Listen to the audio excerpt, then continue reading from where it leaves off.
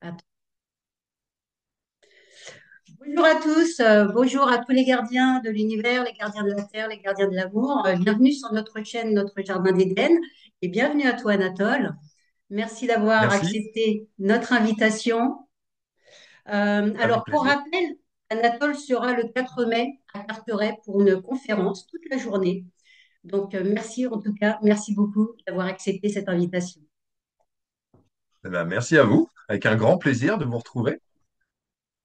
Alors, moi, Anatole, j'ai quelques petites questions à te poser. Acceptes-tu de te présenter devant nos auditeurs? Avec grand plaisir. Alors, ben, eh bien, je m'appelle donc Anatole Carbrat, j'ai eu 41 ans hier.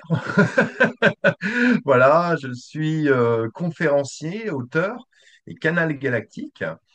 Euh, donc, du coup, j'anime une chaîne qui s'appelle Renaissance TV, où j'invite des intervenants sur le domaine de l'éveil, de la reconnexion à soi, ainsi que sur les mondes galactiques.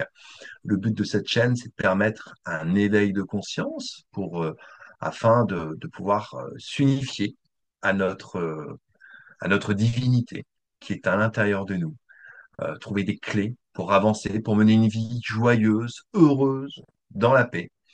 Voilà. Et puis également, effectivement, j'ai créé un oracle galactique pour vraiment permettre également à des gens de pouvoir se connecter à nos frères et sœurs des étoiles pour pouvoir justement trouver aussi des réponses à des questions souvent qu'on se pose. C'est vraiment le but. Et ainsi, voilà, que d'étoiles. Et puis, je dirais que ce qui m'a amené aussi à faire le métier que je fais, c'est que, comme j'aime le rappeler, c'est que quand j'étais petit, à 5 ans, je voulais être prêtre. À 13 ans, je voulais être moine bouddhiste. Donc, il y avait quand même en moi, je dirais, depuis petit, un appel.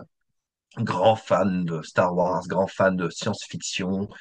Et petit, je disais à ma mère, mais moi, je rêverais de me faire enlever par les extraterrestres. Donc, à une époque où les extraterrestres n'étaient qu'une fiction, qu'une idée. Donc, j'avais, je pense, déjà une connexion petit. Donc, la vie va faire que, adolescent, bah, comme tous les ados, je vais m'intéresser beaucoup aux ovnis, à toutes ces choses-là, m'abonner à des magazines sur le sujet. Et puis, toute une période de ma vie, peut-être, qui était nécessaire pour toute cette reconnexion, je dirais, à moi-même. Donc des épreuves, des choses compliquées, mais comme j'ai envie de dire, la plupart du monde, hein, la plupart des gens. Et puis, à 34 ans, à cette époque-là, je travaillais dans la grande distribution, donc rien à voir avec ce que je fais aujourd'hui, paumé, dans une vie où je sens un appel, mais je ne sais pas où il est. Et c'était très compliqué parce que même à cette époque-là, j'étais en train de voir pour peut-être faire une formation pour être coiffeur, voilà, agent de sécurité, enfin des trucs qui sont à 1000 kilomètres de moi, Oui, oui. finalement. Et ma mère, qui travaillait déjà à cette époque-là sur une chaîne comme ça, YouTube, dans la spiritualité, me dit, pourquoi tu n'ouvrirais pas une chaîne? Puis je lui dis oui, enfin, bon, d'accord, enfin, ouvrir une chaîne, moi j'y connaissais absolument rien, hein. J'avais des notions informatiques parce que bon, j'avais pas mal été dans tout ce qui était jeux vidéo, comme beaucoup d'adolescents à l'époque, mais je n'y connaissais pas plus que ça. Et puis l'idée, elle m'en parle, et puis je me dis oui, enfin, faut voir. Bon, ça me parlait pas plus que ça. Et puis une nuit, donc quelques jours après, je vais faire un rêve. Dans ce rêve, je suis sur une planète. C'est le néant en face de moi. Donc en fait, la représentation de cette planète, c'est vraiment ce qu'on nous représente aujourd'hui de Mars, la planète Mars.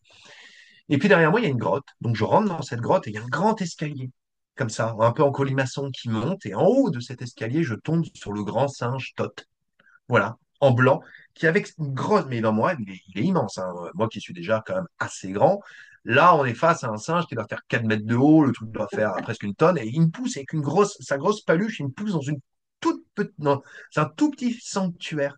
Et dans ce sanctuaire, il y a plein de bougies. Et il y a un être devant un hôtel qui n'est pas humain, hein, qui est clairement un être galactique.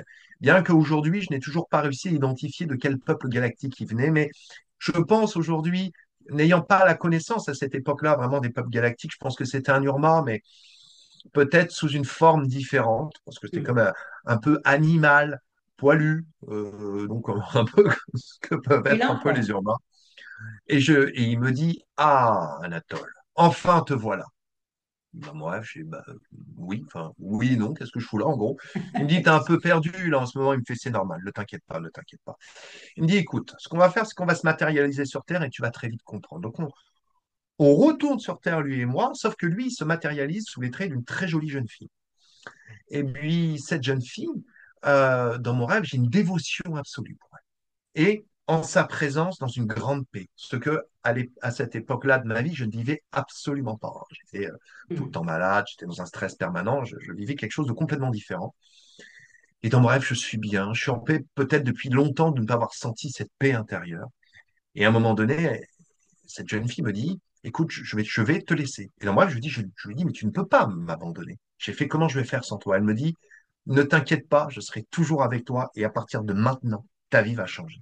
Et le lendemain matin, je vais décider d'ouvrir cette chaîne. N'ayant aucune connaissance, à cette époque-là, j'étais avec quelqu'un qui n'avait pas plus de connaissances que moi, mais on va être guidé pour ouvrir une chaîne.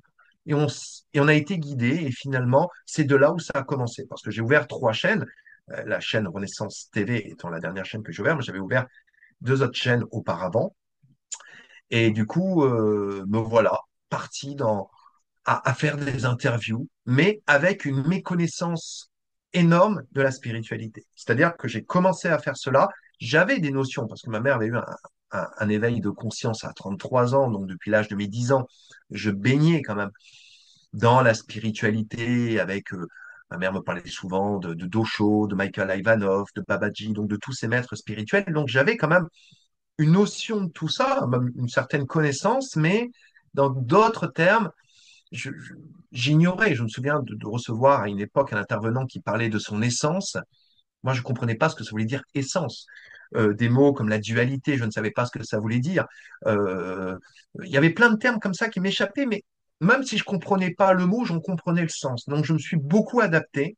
Et au fur et à mesure du temps, bon, bah, bien évidemment, j'ai commencé pareil à vivre des expériences qui ont continué, parce que du moment où on est dans un éveil de conscience, la vie continue, elle ne s'arrête pas. Et ça va continuer, ça va continuer, ça va continuer jusqu'à ce qu'à un moment donné, donc en mai 2024, je vais vivre un grand bouleversement dans ma vie. Et c'est là où, pour la première fois de ma vie, donc presque 7 ans quasiment après avoir ouvert ma première chaîne, je vais me reconnecter à mon moi supérieur. Et à partir de là, que ce soit mes connexions avec les galactiques, que ce soit même le sens profond de la vie, va faire que je vais vivre une métamorphose totale de mon être et ainsi que la vision que j'en ai de la vie. Donc c'est ça que j'aimerais partager justement et que j'essaye de partager justement à travers toutes ces expériences avec les auditeurs et les personnes qui m'écoutent. Eh ben, super, hein. Bon, vraiment, hein. Très, très bien, oui. Incroyable, hein. Et alors, qu'est-ce que tu vas proposer aux personnes qui vont venir t'écouter Eh lors de bien ta justement, conférence? je voudrais faire un point important sur justement proposer une première conférence sur la reconnexion au moi supérieur, qui me semble dans le chemin de l'éveil quelque chose d'essentiel. C'est un enseignement qui est d'une grande simplicité et qui change la vie d'une manière totale. Une fois que toutes les personnes qui vont vers ce chemin de cette reconnexion à ce moi supérieur mènent une vie complètement différente après. Parce que ça permet trois choses. Ça permet un lâcher-prise absolu sur tout ce qui est, une acceptation pleine et entière de sa vie, et surtout, on n'a plus aucune attente, voire plus aucun questionnement sur la vie qui suit. C'est-à-dire qu'on se laisse porter comme si on était un naufragé, sauvé, in extremis, et qu'il y avait un bateau pneumatique, on était seul dedans. On est sur la mer, au milieu de l'océan, on ne voit pas de terre, on ne sait pas où on va. Mais on est dans ce bateau et on est dans une totale confiance de la vie en se disant, mais c'est ainsi.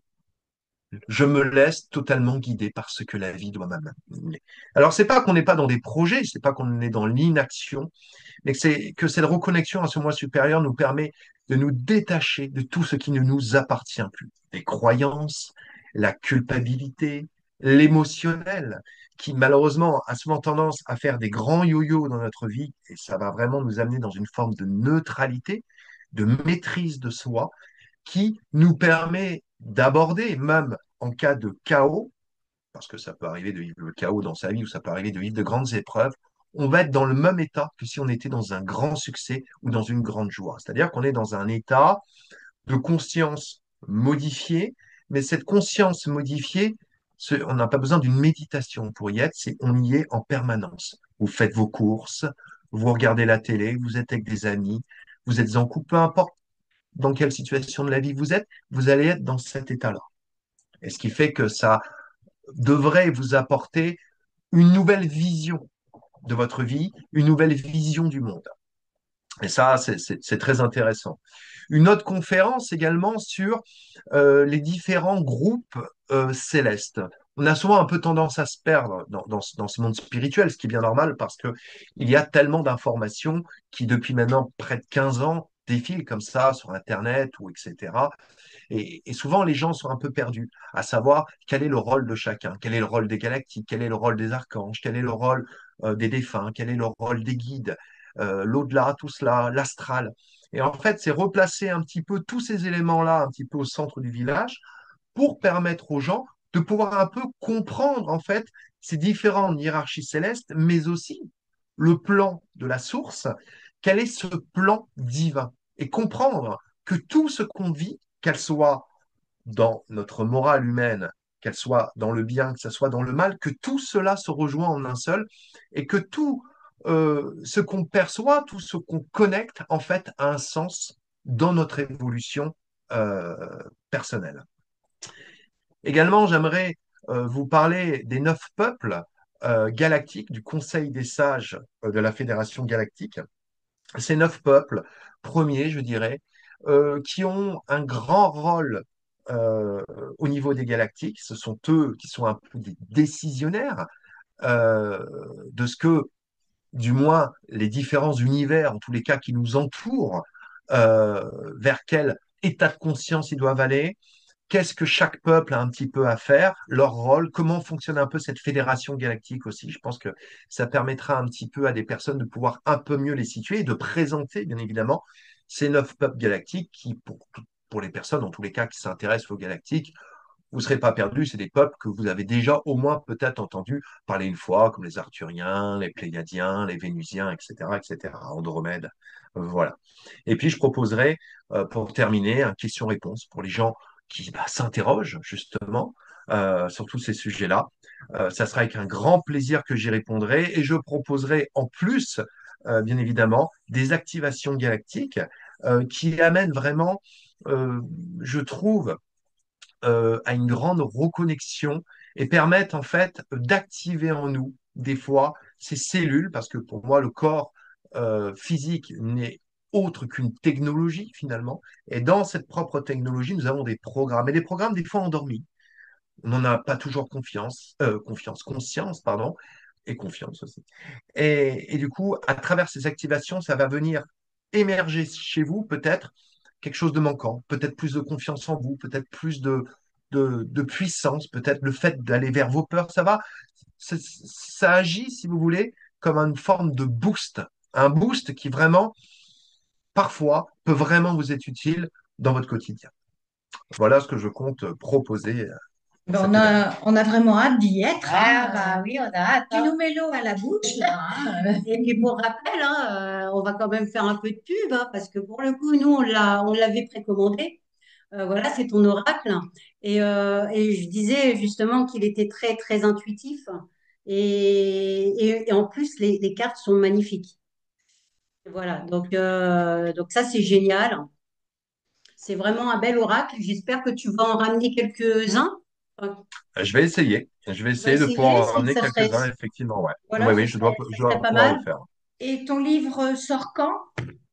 Ah, mon livre n'est pas encore, je n'ai pas encore de date, mais j'espère fin de cette année, peut-être début de l'année prochaine. Voilà. Normalement, je pense que ce sera plus dans ces eaux-là. Mais Bon, qui est bah, là de toute façon, aussi permettra de pouvoir faire là un grand voyage galactique. ah bon, bah, Super. bah, tu viendras nous le présenter, hein, pour le coup, hein. Avec grand plaisir. Avec grand plaisir. Hein. Bon, nous, en tout cas, on t'attend avec impatience. On t'attend vraiment, vraiment. Donc, on le répète, hein, c'est le 4 mai à Carteret, à la salle d'Edoui, pour ceux qui connaissent cette salle-là. Voilà, voilà, c'est un bel endroit et on est maintenant, ça fait 2 ans qu'on accueille des conférenciers en plus de tout ce qu'on fait à côté. Mais en tout cas, voilà. C'est au bord de la mer, donc tu pourras aller te tremper les pieds si tu le désires. À Bah, côté de la génial, colline génial. des Dragons. La Donc colline des voilà. Dragons. Ah, Colline des Dragons, magnifique. En Ouais. plus, les dragons stellaires, on pourra en parler aussi des dragons stellaires. Voilà. Bah, en tout cas, là-bas, je peux t'assurer qu'il y a, mais je t'enverrai une petite image. C'est vraiment une belle colline et en tout cas, on n'est pas loin. Donc, si après tu voudrais aller faire un tour, on pourra y aller. Avec grand plaisir. Voilà. Bah, écoute, merci en tout cas, Anatole. Merci beaucoup. Bah, Merci, merci à vous deux. merci beaucoup. Et puis, donc, rendez-vous le 4 mai à Ça Carteret. marche. Et grand plaisir. Super. Merci, Anatole. À Merci. bientôt. Merci.